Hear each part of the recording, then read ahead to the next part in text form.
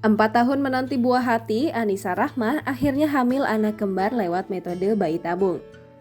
Anissa Rahma umumkan kabar bahagia, dirinya kini berhasil hamil setelah berjuang selama 4 tahun pernikahan. Diketahui Anissa Rahma dan Anandito Dwi telah resmi menikah pada 16 September 2018 lalu. Setelah 4 tahun pernikahan, Anissa dan Anandito baru mengabarkan akan segera memiliki momongan.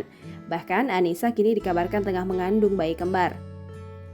Ternyata, Anissa dan Anandito menjalani perjuangan berat untuk mendapatkan hasil garis 2. Melalui akun Instagram pribadinya, mantan personil Cherry Bells tersebut menjelaskan perjuangan panjangnya untuk hamil.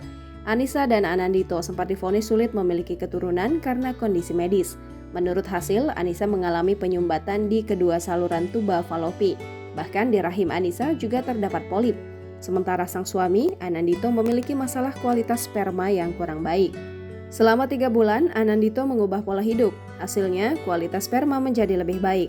Sementara Anissa menjalani tindakan medis histeroskopi untuk mengangkat polip di rahim. Karena Anissa memiliki saluran tuba falopi yang tersumbat, keduanya langsung memutuskan menjalani bayi tabung. Anissa menyadari jika perjalanan mendapatkan calon buah hati ini tidaklah mudah. Ia juga mengaku istirahat program hamil selama 1 tahun. Dukungan dari pasangan juga menjadi modal penting dalam perjalanannya mendapatkan garis 2.